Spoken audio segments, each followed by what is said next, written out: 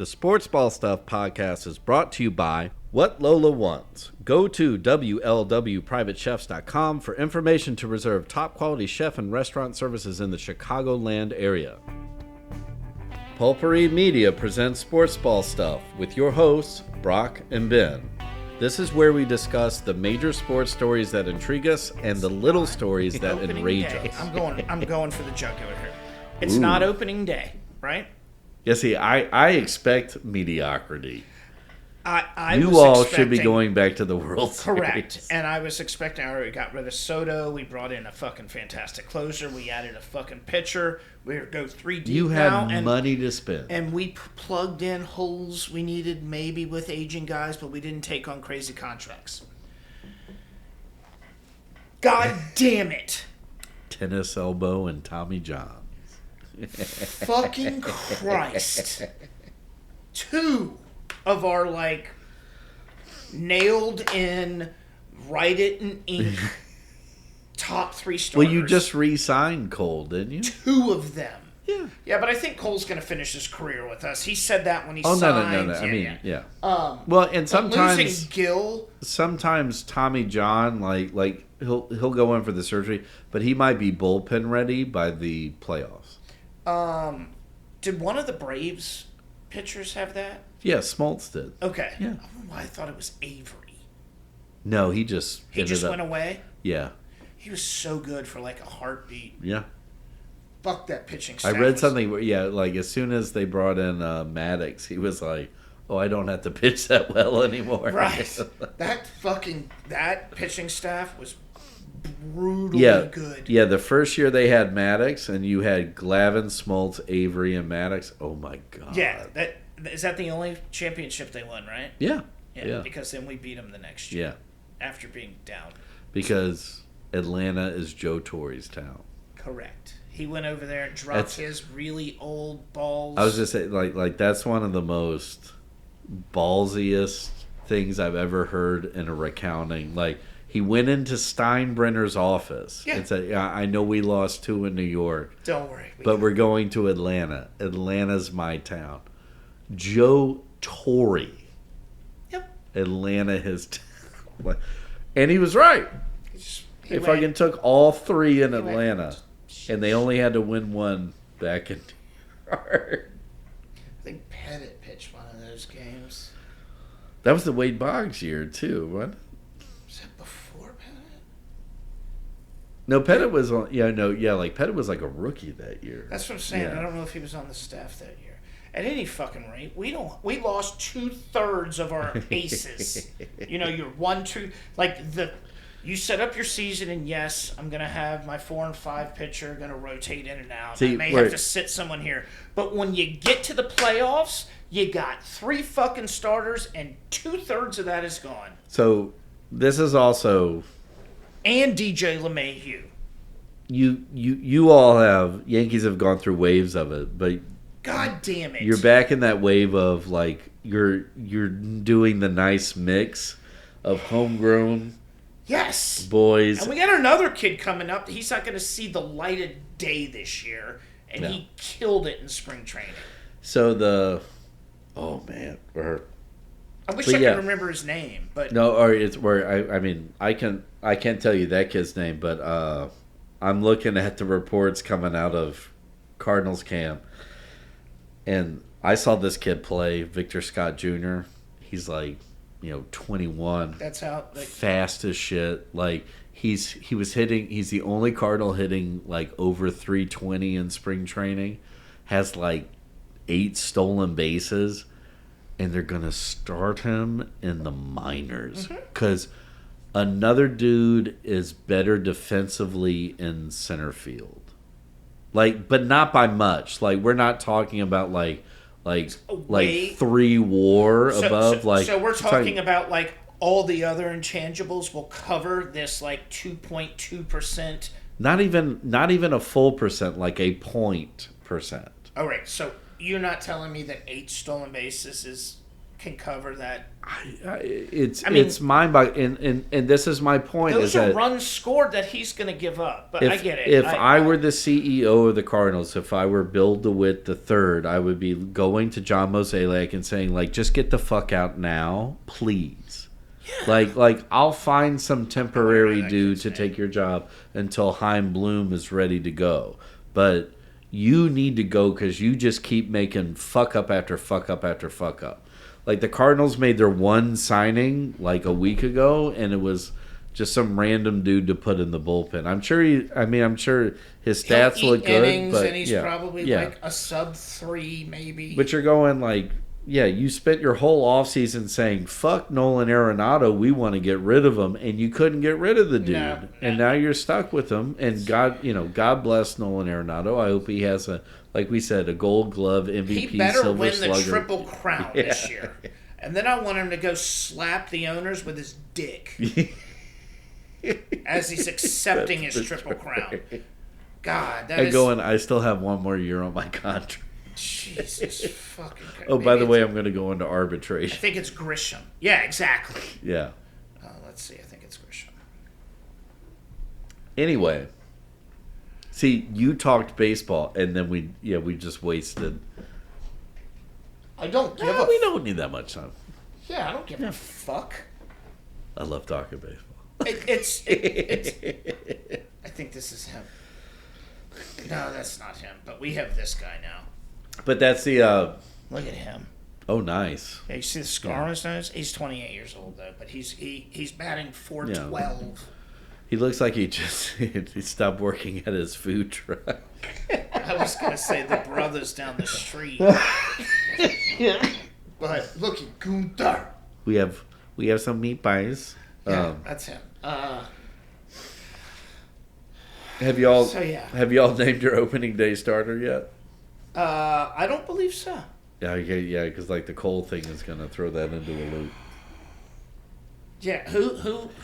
And you lost Nestor Cortez. God, how bad does that suck? Right? Right now, yeah. Like at this moment real in time, bad. I guess it's who did we pick up? Freed? Oh, you got to have another solid stallion in the mix, right? Or is that your weak spot then going into the season as you're starting pitching now? Yeah, that's yeah, because your bullpen's good. Yeah, I'm not worried about the bullpen at this point in time at all. I'm more worried about a starting pitcher being able to go more than 3.5 innings. Yeah, because, I mean, like, lineup, even without Stanton, lineup should be good. Oh, yeah. I didn't even mention him because that's a foregone conclusion that he's hurt. Well, yeah, that's the tennis elbow. Yeah, I'm not worried. Well, no, we lost Luis Gil as well. Yeah. To something. Now, here, Ray, is LeMahieu, is he in a contract year? I think so. He should over exceed this year. If he can stay healthy. Yeah. Carlos, that can't be right. Yeah, Carlos Rondon. Yeah. As our opening day starter. Oh, okay. Well, we got Sonny Gray for the Cardinals. Former Yankee. He's been getting rocked in spring training, but I do agree with Garrett Cole was getting rocked, but apparently he needed Tommy John surgery. Spring training for pitchers is different for hitters. Well, no, my thing is hitters have the advantage at the start of the season. Oh, yeah. Like, that's why everybody's batting .450 with 12 home runs at the end of April. Yeah, but I got to bring up a conversation I had with my buddy who's a Cubs fan, and he's like, and he asked the question, and I was like, oh, there are dudes out there who have the stats, but he's like, the Cubs at the beginning and the end of a season, like you're dealing with, Chicago in the early spring. It's windy and it's still fucking cold, and in the fall it's windy and cold, and it's always blowing in at Wrigley. And he's like, if they were at any other place, like how would they have performed? I'm like, there are dudes that can find those stats for you. I want to know why they built, and I know they built Wrigley, whatever. Why they built it to where the winds always blow in from outfield. Well, like, in the summer it's blowing out. But not as much. It's Chicago. Chicago. I know. It's why they call it the Windy City. Exactly. I get it. But you're losing. Well, never mind. And then they put the football field literally halfway in the lake. Right. It's like the football field and then all the museums that will be underwater. Why is it so cold? Oh, because the wind chill is You mean because negative that 50. lake that's Yeah. 12. Look, the car's parked on that lake. Right It's there. bigger than most seas. Yeah, exactly. What the fuck? The only one bigger is the one here. Yeah. So, And ours is only like 8 feet deep, so. yeah, right. Which is what I always tell myself. The survivalist in me is like, don't freak out. If you go over the side, it's 8 feet. It's going to take a minute for the water to fill up. Get the kids out of the car, unbuckled, and then hit the ground. Everybody hold your breath, and we're out. And just watch out for bull sharks. Fuck. After that crash, that bull shark better watch out for me. Just saying. But yeah, I mean, those are it's the beauty of baseball. Those are the, not bull sharks and falling off a bridge, but. I read something like, well, the Dodgers had starting pitching issues last year at the beginning of the year. I'm like, come on, bro. We just lost our ace. Yeah, no. I mean, that's a hit to the clubhouse because he's also a veteran. Right. He's one of the longer tenured guys. Yeah. I mean, I know Aaron Judge can fill that void now. But you're also looking at, you don't have that's why the 90s Yankees were so, Joe Torre had done everything. Yeah. He had played nearly every position. He had won an MVP, a batting title. He had been a losing ass manager with 3 clubs. Shit manager. Yeah.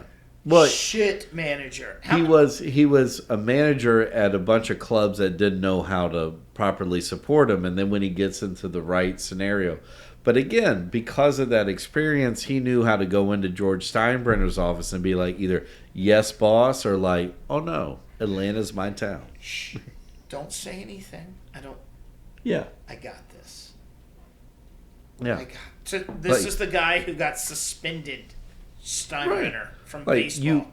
You thought I was a bumbling idiot, but I'm not. And I know how to motivate these guys. I got these guys. I was there. I've been on losing teams. He was on the Cardinals.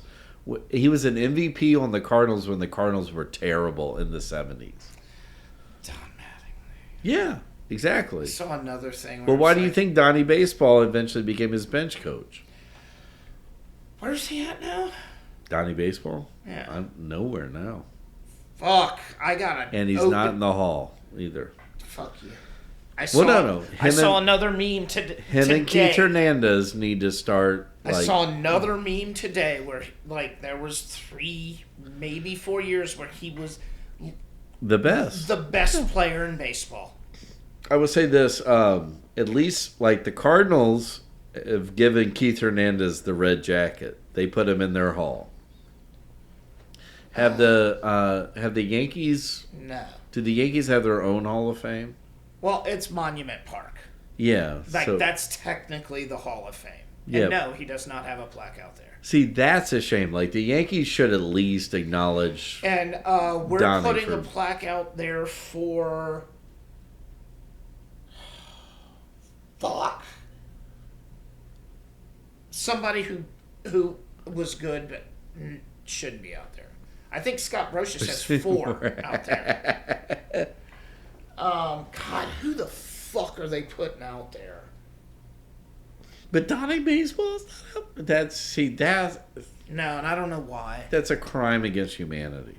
People don't realize it, but he's up there with the fucking greats. Well, that'd be legitimately up there with the greats. That'd be like Reds fans not acknowledging Chris Sabo and Eric Davis. Right. And they do. The following segment has been brought to you by Whatever Lola Wants. Go to WLWPrivateChefs.com for information to reserve top quality chef and restaurant services in the Chicagoland area. The Sports Ball Podcast is a production of Pulpery Media, produced and edited by Ben Grimion, marketing by Brock Ryder, graphic design by Beck Ryder and Ben Grimion, music by the Heisenberg Compensators.